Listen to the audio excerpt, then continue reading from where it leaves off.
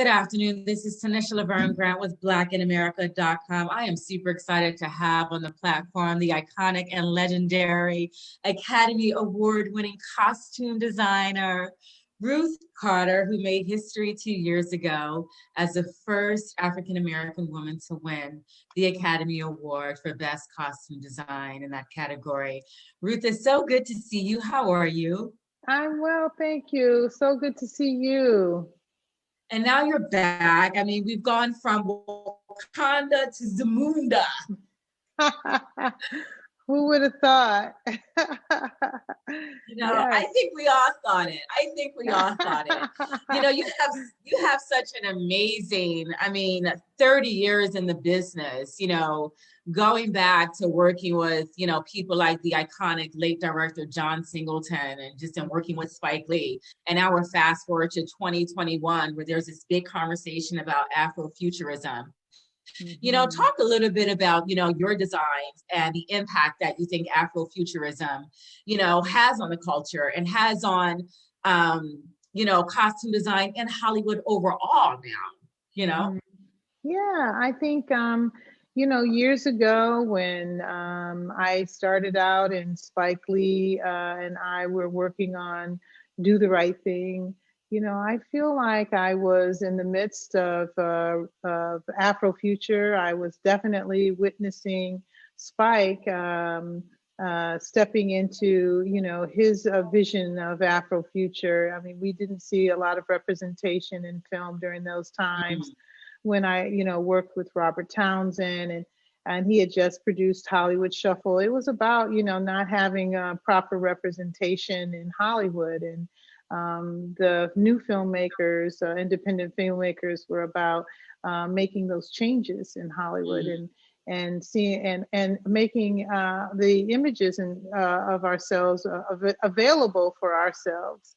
And that was exciting. Those were exciting times, and it actually instilled a sense of purpose in my work when it came to the African diaspora. And I was living it and breathing it, experiencing it, in New York City and also in Springfield, Massachusetts, where I grew up, and I knew how important it was to produce films that had strong representation. And so as a costume designer, I'm a storyteller, and, I, grew up reading plays, reading James Baldwin and knowing, A Raisin in the Sun, knowing For Colored Girls Who considered suicide, and, really listening to those stories that were, written by these playwrights and these poets. And it meant so much to me that coming into a profession like costume design, I knew that there was power in it. And I had witnessed that in my work in college at Hampton Your work is University. amazing. Your work is Thank you. definitely amazing. I know you're a proud alumna of Hampton University and Yes. HBCU. I'm an alumna of Cheney University, another Ah, HBCU founded in yes. 1837. So now we have Kamala Harris. And as I wrap up this interview, how does it feel? How does it make you feel as a Black woman who is a proud alumna of an HBCU to see Kamala Harris, hold that seat as vice president, being an alumna from Howard University, Mhm. Well, it makes me feel proud. We know our alumni are driven women. We know our alumni reach the heights of CEOs of big companies. We know that about ourselves. Now the world can see that about HBCU women and graduates from HBCUs. I think, it's considered the Black Ivy League.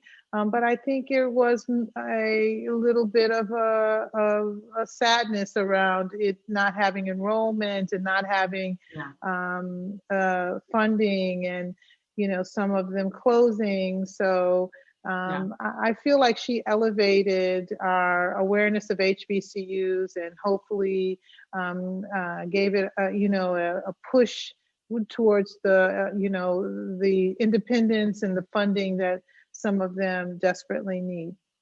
Wow. Ruth, thank you so much. I'm so excited about Coming to America.